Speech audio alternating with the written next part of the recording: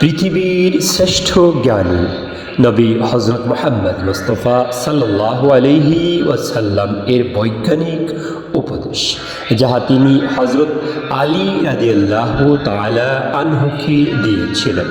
যেমন হজরত রাসূল করিম সাল্লাল্লাহু আলাইহি ওয়াসাল্লাম বলেন, হে আলী, আমি তোমাকে কয়েকটি উপদেশ দিচ্ছি, যদি তুমি তাহা গ্রহণ করো তাহলে তুমি দুনিয়ায় সুখী ও সৌভাগ্যবান হবে, আর তোমার মৃত্যু হবে শহীদ অবস্থায়।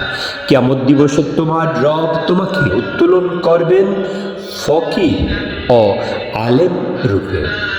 হে আলী, আবেদ ব্যক্তির আলামত তিনটি: ক, আল্লাহর আনুগত্য করা; খ, আল্লাহর সন্তুষ্টির জন্য নিজের প্রবৃত্তি দমন করা; গ, আল্লাহর ইবাদতে দীর্ঘক্ষণ দাঁড়ানো।